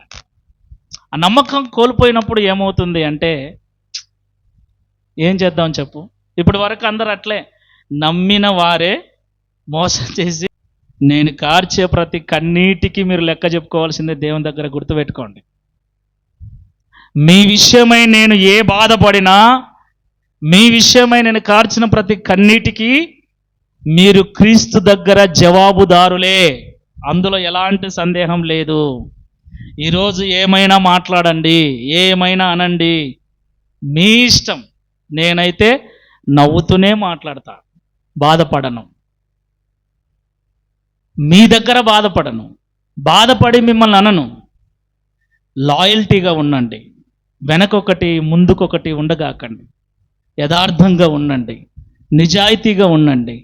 మిమ్మల్ని నమ్మిన వారి పట్ల మీరు నమ్మకత్వాన్ని కాపాడుకోండి. ఆ నమ్మకత్వము దేవుని ఆశీర్వాదాలను తీసుకొని వస్తుంది. ఆ దాసుడు యజమానునికి నమ్మకంగా ఉన్నాడు కనుకనే యజమానుడు మరింత ఆశీర్వాదాన్ని అతని మీద కుమ్మరించాడు. ఈ మూడవ వాడు నమ్మకంగా లేడు కాబట్టి వాని దగ్గర ఉన్నది కూడా తీసుకొని ఏం చేశాడు? వాడిని కాళ్ళు చేతులు కట్టేసి చీకటి గదిలో వెయ్యండి, అక్కడ ఏడుపును పండ్లు కొరుకుటైను ఉండును. నిన్ను నమ్మిన నీ ఇంటి వారికి, నిన్ను నమ్మిన నీ సేవకునికి, నిన్ను నమ్మిన నీ బంధువులకి, ఎవరైతే నిన్ను నమ్మారో, చాలామంది అంటుంటారు నేను నిన్నే నమ్మినన్నా, నీ మీదనే నమ్మకం పెట్టుకున్నా. నమ్మిన వాళ్ళకి నమ్మక ద్రోహం చేయగాకండి. చిన్నదైనా సరే పెద్దదైనా సరే, ఒక్కసారైనా సరే 2 సార్లు అయినా సరే, ఆ నమ్మకాన్ని ఎంత కాపాడుకుంటే అంతగా దేవుని ఆశీర్వాదం మన మీద ఉంటుంది. ఈ లోకంలో ఉన్న వారికి మాత్రమే కాకుండా మన కొరకు రక్తం కార్చి ప్రాణం పెట్టినటువంటి దేవుడు, మనకు నిత్యత్వాన్ని ఇవ్వబోతున్న దేవుడు, పరలోక రాజ్యంలో మనల్ని చేర్చబోతున్న దేవుడు. అందుకే మొదట్లో ఉంటుంది ఆ 14వ వచనంలో, పరలోక రాజ్యం అన్నది ఒక మనుష్యుడు దేశాంతరమునకు ప్రయాణమై తన దాసులను పిలిచి తన ఆస్తిని వారికి అప్పగించినట్లుండును. దేవుడు వచ్చి మనకు కుటుంబాన్ని అప్పగించాడు, సంఘాన్ని అప్పగించాడు. ఎందుకు? మనము నమ్మకస్తులం కాబట్టి. మనకంటే చదువుకున్నోళ్ళు లేరా? మనకంటే జ్ఞానవంతులు లేరా? మనకంటే డబ్బున్నోళ్ళు లేరా? చాలామంది ఉన్నారు. కానీ దేవుడు మనల్ని ఎందుకు ఎన్నుకున్నా అంటే మనల్ని నమ్మాడు. నమ్మి నిన్ను ఈ సంఘంలో ఉంచాడు. సంఘములో నిన్ను ఉంచాడంటే గాలికి నువ్వు రాలేదు, నేను గాలికి రాలేదు. ఆడేదో జరిగింది కాబట్టి వీడికి వచ్చామని ఇట్లాంటి ఆలోచన చేయగాకండి. వీడికి రావటానికి ఆడట్లా జరిగింది అనుకోండి. ఇది దేవుని ఉద్దేశం, ఇది దేవుని పిలుపు, ఇది దేవునికి ఇష్టమై ఉంది. మరి దేవుడు ఇష్టపడి దేవుడు పిలుచుకొని నిన్నిక్కడ పెట్టినప్పుడు ఈ సంఘానికి, ఈ సేవకునికి, ఈ పరిచర్యకు నీవు లాయల్గా ఉన్నావా? ఏం లాయల్గా ఉన్నావు? దశభాగం సరిగ్గా ఇయ్యవు నీ ముఖానికి, కానుక సరిగ్గా వేయవు నీ ముఖానికి, ఏదన్నా పరిచర్య చేస్తే పని చేయనికి రావు నీ ముఖానికి, కానీ మాటలు మాత్రం కోటలు దాడతాయి. ఇది నీ లాయల్టీ చూపించు, నీ నిజాయితీ చూపించు. ఇదిగో నేను నమ్మకంగా, పరిసయుడు మేలవుతాడు.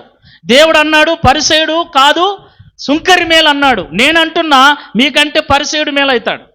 వాడు వారానికి 3 రోజులు ఉపవాసం ఉంటున్నాడు, నెల దశంభాగాలు ఇస్తున్నాడు. మనమేం చేస్తున్నాం? మన లాయల్టీ ఏది? ఒక్క విషయంలో లాయల్టీ చూపించండి, ఒక్క విషయంలో నమ్మకత్వాన్ని చూపించండి. కరెక్ట్గా నెల దశంభాగ్యం ఇచ్చే వాళ్ళు ఎవరున్నారు? కరెక్ట్గా లేదు. పరిచర్యకు మనస్ఫూర్తిగా సహకరించే వాళ్ళు ఎవరున్నారు? లేరు. కరెక్ట్గా టయానికి మందిరానికి వచ్చే వాళ్ళు ఎవరున్నారు? లేరు. ప్రార్థనకు నమ్మకంగా టయానికి రాలేము, పరిచర్యలో నమ్మకంగా పాల్గొనలేము, పరిచర్యకు నమ్మకంగా మనం సహకరించలేము. ఎందుకు? దేవుడు మనల్ని నమ్మాడు, నమ్మి ఇక్కడ పెట్టాడు. నేనైతే ధైర్యంగా పరిశుద్ధ స్థలంలో నిలబడి చెప్పగలను, దేవుడు నన్ను నమ్మి నాకు అప్పగించిన ఈ బాధ్యతను అప్పు చేసైనా సరే నేను దేవుని పరిచర్యను ముందుకు కొనసాగించుకుంటున్నా. సేవను వదిలిపెట్టాలనే ఆలోచన నాకు లేదు. చాలామంది అంటారు ఉద్యోగం వచ్చే పోతారు. ఏడికి పోతాం ఉద్యోగం వచ్చే? అసలు ఉద్యోగం చేస్తున్నదే దేవుని సేవ కోసం. మేము ఉద్యోగం వస్తే పోతారు, ఉద్యోగం ఇవంతా కాదు. ఏది చేసినా దేవుని పరిచర్య కొరకే, నిలబడటం కొరకే మా ప్రయాస తప్ప, నువ్వు ఉద్యోగం వస్తే సేవను పట్టించుకోరు, మిమ్మల్ని పట్టించుకోరు. కుమారమ్మ అంటుండే పిల్ల అయితే మమ్మల్ని పట్టించుకోవేమో అన్నా. అడగండి, ఉంది మహాతల్లి. తల్లిదండ్రులకు కూడా భయం అదే, పెళ్ళి అయితే మమ్మల్ని పట్టించుకోవేమో రా అంటారు. పెళ్ళి అయితే మమ్మల్ని పట్టించుకోవేమన్నా, ఎట్టాడదొచ్చాదో ఏమన్నా, నువ్వేమో పోతో మాతో బాగా మాట్లాడుతున్నావన్నా, వచ్చినా మేము మాతో మాట్లాడిచ్చాదో మాట్లాడలేదన్నా. నేను దేవుని పని పట్ల ఖచ్చితమైన మనస్సుతో ఉంటే, మళ్ళీ చెప్తున్నా, సేవకునిగా నేను ఖచ్చితమైన మనస్సుతో మాట మీద ప్రభువుకు నమ్మకస్తునిగా ఉంటే నా భార్య కూడా అలాగనే ఉంటుంది. నేను అటు ఇటుగానే అయితే ఏంట్రా ఈ సేవ, దీన్ని వదిలేసి వెళ్ళిపోతే బాగుంటుందన్న ఆలోచన నాకు ఉండి నేను సేవ చేస్తున్న వాడనైతే మీరు అనుకున్నట్లు జరుగుతుంది. మీరు అనుకున్నట్లు జరిగిందా? మంచి భార్యనిచ్చినాడు అన్న దేవుడు. ఆ? మంచి భార్య ఎట్లయింది ఆమె? నేను మంచోడిని కాబట్టి. ఆత్మీయురాలు ఎట్లయింది? నేను ఆత్మీయుణ్ణి కాబట్టి. ప్రార్థనా పరురాలు ఎట్లయింది? నేను ప్రార్థనా పరుణ్ణి కాబట్టి. మీతో మాట్లాడమే తెలియని ఆమె ఈరోజు మీ ఫోన్లలో మీతో గంటల తరబడి మాట్లాడుతుందంటే అర్థమైంది, నేను నేర్పించాను కాబట్టి. అర్థమవుతుందా? ఇంటి యజమానుడు నమ్మకంగా ఉంటే వచ్చే భార్య నమ్మకంగా ఉంటుంది. వారిద్దరు నమ్మకంగా ఉంటే పిల్లలు నమ్మకంగా ఉంటారు. నా లక్ష్యం ఒకటే, నా ఊపిరి ఉన్నంత వరకు దేవుని సేవ తప్ప వేరే ధ్యాస నాకు లేదు. నేను ఉద్యోగం చేసిన, డబ్బు తీసుకున్నా, ఇంకొకటి చేసిన దేవుని సేవ కోసమే తప్ప దేవుని సేవను వదిలేసిపోయేవాడిని అయితే ఎప్పుడో మిమ్మల్ని వదిలేసిపోవాలి. ఎప్పుడో. నాకు పెళ్ళైన కొత్తలోనే మా అత్తమామలు పంచాయతీ పెట్టారు, మా పిల్లను నీ అమ్మడి పంపించము, ఇక్కడనే రాయచోట్లో చర్చి కట్టిస్తాం, నువ్వు కూడా ఇక్కడనే చేసుకో, అవసరమైతే నువ్వు ఒక్కనే పోయి వచ్చాడు, మా పిల్లను పంపించమన్నారు. ఒక్కటే చెప్పిన, ఈరోజు నాకు పెళ్ళయిందని, నాకు ఉద్యోగం చేసే పిల్లం దొరికిందని, ఈ మాటలకు దేవుడే సాక్షి. ఈరోజు నేను ఆ సంఘాన్ని నిర్లక్ష్యం చేస్తే రేపు దేవుడు నన్ను క్షమించడమ్మా, మీ పిల్లను పంపించకుంటే మీతోనే పెట్టుకొని నేను వెళ్ళిపోతానని లేచిన. ఎవరికి తెలియదు ఈ పంచాయతీలు, మా అమ్మకి తెలియదు, మా నాయనకి తెలియదు, అందరికీ చెప్పుకునేవాడిని కాదు నేను. ఎంత పెద్ద గొడవైనా, ఎంత పెద్ద పంచాయతీ అయినా నేను ఒక్కరిని నిలబడి మాట్లాడుకొని తెంచుకునే మనస్తత్వం నాది. ఇప్పటికి చాలా జరిగాయి అట్లా. ఊర్లో గొడవ జరుగుతున్నా, స్థలం గొడవ జరుగుతున్నా, స్థలము గొడవ వాళ్ళదే అయినా మా వాడు ఉన్నాడు ఈడ, వాడిని కూడా గొడవలేక రానియలేదు, వాళ్ళ అమ్మను రానియలేదు, వాళ్ళ నాన్నను రానియలేదు. ఆ అవతల ఇంటోళ్ళందరూ మాట్లాడుతున్నా నేను ఒక్కరిని నిలబడి నా భార్యను కూడా రానివ్వలేదు, వాళ్ళతో మాట్లాడుకున్నా. నాకు ఇద్దరు అన్నలు ఉన్నారు, వాళ్ళను కూడా రానియలేదు. దేవుడు ఆ జ్ఞానం ఇచ్చాడు నాకు. అందుకే వాళ్ళు నన్ను ముందు పెట్టి నువ్వేది చెప్తే అదే మేము అంటారు వాళ్ళు. Praise the lord. హల్లెలూయా, హల్లెలూయా. ఇదే మాట చెప్పాడు, పెట్టుకో మీ అమ్మాయిని మీతో. నా దేవుడు నాకు అప్పగించిన పరిచర్యకు నేను అప్పటి నుంచి నమ్మకంగానే ఉన్నా. ఎప్పుడు దేవుని సేవను వదిలిపెట్టాలని అనుకోలేదు. ఈరోజు తీసుకురావటం మర్చిపోయా. కాల్ లెటర్ ఉంది నా దగ్గర. ఎఫ్ఎంపీబీ సంస్థ వాళ్ళు, అప్పటికి చర్చి లేదు, అంకుల్ వాళ్ళ ఇంట్లో జరుగుతుంది ఆరాధన. చర్చి కట్టిస్తాం మీకు, నువ్వు మా సంస్థలో చేరు అంటే నేను వీళ్ళకి వచ్చి చెప్పాను, చర్చి కట్టిస్తారా అంటమ్మా, నేను వెళ్ళిపోతాను, మీకు చర్చి కట్టిస్తారని. మీరు అన్నారు మాకు చర్చి వద్దు, ఏమొద్దు, మీరే ఉండాలన్నా. ఆ లెటర్ ఇప్పటికీ నా దగ్గర ఉంది. డబ్బే కావాలా, పోవాలని అనుకునేవాడిని అయితే ఇప్పుడు ఆ పిల్ల ఉద్యోగం వచ్చే పోవాలనుకునే ఆలోచనలే ఉండవు, ఎప్పుడో పోయేవాడిని. నేను దేవుని సేవ కొరకు నా ప్రభు నన్ను పిలుచుకున్నాడు. ఆయన పిలుచుకోకపోతే ఎప్పుడో నా జీవితం ఏమైపోయేదో. నన్ను రక్షించుకున్నాడు, పాప శాపంలో నుండి నన్ను విడిపించుకున్నాడు. నా ఊరిలో, నా ఇంట్లో ఏమాత్రము కూడా లొంగునటువంటి మనస్తత్వం, ఎదురాడే మనస్తత్వం, ఎవ్వనికి భయపడను. ఇప్పటికీ అంతే, సేవకులకు అదే బాధ, వీడెవడికి భయపడడు, ఎవడి మాట వినడని. వినను, మాట్లాడేస్తా. లోపల పెట్టుకొని పగ సాధించేది నాకు తెలీదు. లోపల ఎంత పెట్టుకోవాలనుకుంటే అంత బయటకు వచ్చుంటుంది నాకు. అందుకే చెప్పేసి వదిలేచ్చా. Praise the lord. సో దేవుడు నాకు అప్పగించినటువంటి పరిచర్య విషయంలో వాడికి కూడా చాలాసార్లు చెప్పాను, దేవుని సేవకు నువ్వు నమ్మకంగా చేయాలి, దేవుడు నీకు ఇచ్చినటువంటి తలాంతు విషయంలో నువ్వు నమ్మకంగా ఉండాలి. చాలాసార్లు చెప్పాను. నువ్వు నా వెంబడి వస్తున్నావు, నువ్వు చాలా జాగ్రత్తగా ఉండాలి. వాళ్ళ తల్లిదండ్రులకు లేని భారం వాడి మీద నాకుంది. వాళ్ళ తల్లిదండ్రులు కూడా పట్టించుకోరు. ప్రతి చిన్న విషయాన్ని పట్టించుకొని వాన పడేటప్పుడు లేట్ అయిందంటే, 8 అయిందంటే, 8:30 అయిందంటే వెంటనే ఫోన్ చేసి, లేదా ఆ అమ్మాయికి చెప్పేసి ఫోన్ చేయించి, ఎక్కడున్నావు, తొందరగా రా, వర్షం వస్తుంది. ఆ బాధ్యత. ఒక వ్యక్తి మమ్మల్ని నమ్మాడు అంటే వాళ్ళ అమ్మ నాన్న మమ్మల్ని నమ్మి వాడిని మాకు అప్పగించాడు. వాడు మమ్మల్ని నమ్మినాడా లేదా అది దేవునికి వాడికి తెలుసు, కానీ వాళ్ళ తల్లిదండ్రులు నమ్మారు, మా అన్నలు నమ్మారు, మిగతా వాళ్ళందరూ నమ్మారు. నువ్వు ఉన్నావు కదా వాడికి. ఆ విషయంలో నేను లాయల్గా ఉండాలి. తప్పు చేసినా ఒప్పు చేసినా అది పొరపాటే అయినా జాగ్రత్తగా కాపాడుకుంటూ వస్తున్నా నా చేతిలో ఉన్నంత వరకు. దేవుని విషయంలో నేను అట్లే ఉన్నా, మీరు కూడా అలాగే ఉండండి. నా భార్య నన్ను నమ్మి వచ్చింది, సీరియస్లీ చెప్తున్నా, నన్ను నమ్మి వచ్చి నేను ఆ రోజు చెప్పినప్పుడు మీ పిల్లని మీ ఇంట్లో పెట్టుకుని అన్నప్పుడు లేచింది, ఏడ్చింది. ఏంది ఆ మాట అంటున్నావు? నేనేమన్నా రానన్నానా నీతో పాటి? నేను వస్తాను నీతో పాటి అంటుంది. వాళ్ళు అన్నారు, ఏం బుద్ధి ఉందా లేదా, పెళ్ళి 20 రోజులు కాలే ఆ పిల్ల నమ్ముడి పోతానంటున్నావు? లేదు నేను వెళ్ళిపోతా, నాతో అన్నింది. నేను ఉద్యోగం చేయను, నేను బంగారం కూడా అడగను, వాళ్ళని డబ్బులు కూడా అడగను, ఏం అడగను, నీతో పాటు వచ్చేస్తానింది. వచ్చేసాయి, ప్రైజ్ ది లార్డ్, వచ్చేసాయి. దేవుడిచ్చింది తిందాం, దేవుని సేవలో ఉందాం. ఇప్పటి వరకు, అప్పటి నుంచి ఇప్పటి వరకు అమ్మాయి నన్ను ఏ నమ్మకంతో నమ్మి వచ్చిందో ఆ నమ్మకము ఇంచి కూడా తగ్గకుండా ఆ అమ్మాయిని నేను ప్రేమిస్తూనే ఉన్నా. పరిశుద్ధ స్థలంలో నిలబడి సాక్ష్యం ఇస్తున్నా. ఏడ్చండి, ఏడుస్తుంది, అంత ఉంటుంది నాకు ప్రేమ. నమ్మిన వ్యక్తి కొరకు నిలబడటం.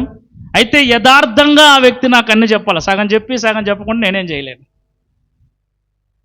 చాలామంది ఏం చెప్పరు కానీ మా కోసం నిలబడాలంటారు. ఎట్లా నిలబడేది?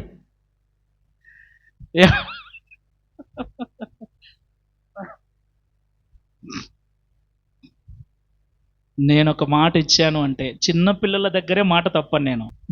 మన మీద నమ్మకం పెట్టుకున్న వాళ్ళను మనం మోసం చేయకూడదు. అలా మోసమే చేయాలంటే ఎన్ని ఆప్షన్లు ఉన్నాయో. కానుక సరిపోదు, దశమ భాగాలు సరిపోవు, ఏమి సరిపోవు. లాగుతా ఉన్నా. నా నమ్మకం ఏంటో తెలుసా? నా దేవుడు ఒకరోజు నన్ను ఆశీర్వదిస్తాడు. ఈరోజు ఈ దీన స్థితిలో, హీన స్థితిలో ఉన్న నా జీవితాన్ని ఒకరోజు నా ప్రభు ఖచ్చితంగా నిలబెడతాడు.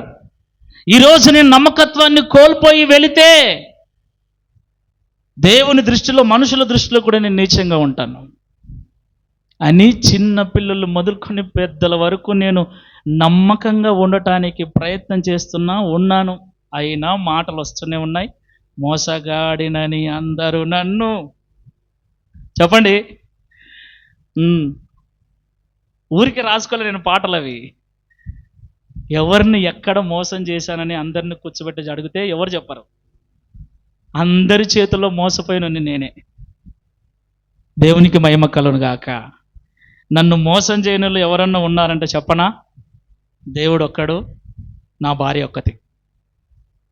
ఆ అమ్మాయి కూడా ఎన్ని కష్టాలు వచ్చినా, ఎంత ఇబ్బంది కలిగినా ఎప్పుడూ నేను పోతానని చెప్పలే. ఇప్పుడు ఎట్టున్నారు పిల్లలు, ఆడపిల్లలు? సీమ చిటుక్కుమనేసరికి పుట్టింటికి పోతామంటారు. పెళ్ళయ్యి పెళ్ళిడికి వచ్చిన పిల్లలున్నే పోతామంటున్నారు. నేను ఉండను, నేను వెళ్ళిపోతా. ఏ రోజు నేను పోతానని లేదు. చావైనా బ్రతుకైనా నీతోనే. ప్రైజ్ ది లార్డ్, హల్లెలూయా. సరదాగా ఒక వారం పోయి రాపో అంటే కూడా పోదు. ఒక వారం ఖర్చులు తగ్గుతాయి నాకు, పోయి రాపో నీ సొడ్డు పెట్టుకొని నేను వచ్చానంటే కూడా పోదు.